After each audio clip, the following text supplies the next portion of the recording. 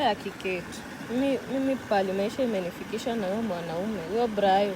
Nilikwambia mwanaume asiwahi kupe stress na ndio maana nimekuleta hapa. Hapa ukiwa lazima utamlet go. Kwanza saa hii juu kwa nature unafaa uconnect na nature. Nataka utoe viatu kwanza ureconnect na nature. Una get? Toa viatu. Make sure miguu zako. Toa viatu. Make sure miguu zako zimeguza nini? Ground, like you connect with the nature. Unasikia? And then andika jina yako kwa hiyo mbuku. Unagea tumeandika jina. Rarua hiyo karatasi.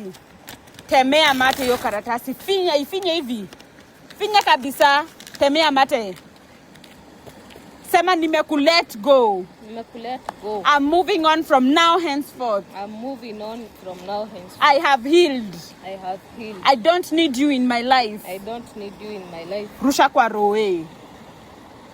Unajua umerusha wapi? Hiyo ni roe. Roe inamaanisha nini? Sema roe.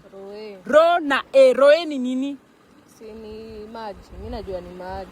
Like kama wewe ni Mkikuyu utajua roe ni kumaanisha inajua. Ne roe. Sasa juu umeirusha hapo sasa imejua shida uko nayo itakusaidia. Una get? Like inajua. Usijali, from now henceforth wewe uko clean. Huyo mwanaume kutoka hapo utakuwa umemsahau. Na ukikuwa na shida nyingine kwa hii maisha, just connect with the nature. Kuja hata kama ni kwa roe, kujoka hapa kwa roe. Tumeelewana na utakuwa fiti. Take it from me. This is something that I do. Na hii nakwambia hakuna mtu mwingine anaweza kuambia. Hiki tu hawatakangi watu wajue, but wewe umejua. Uko one step ahead. Sawa?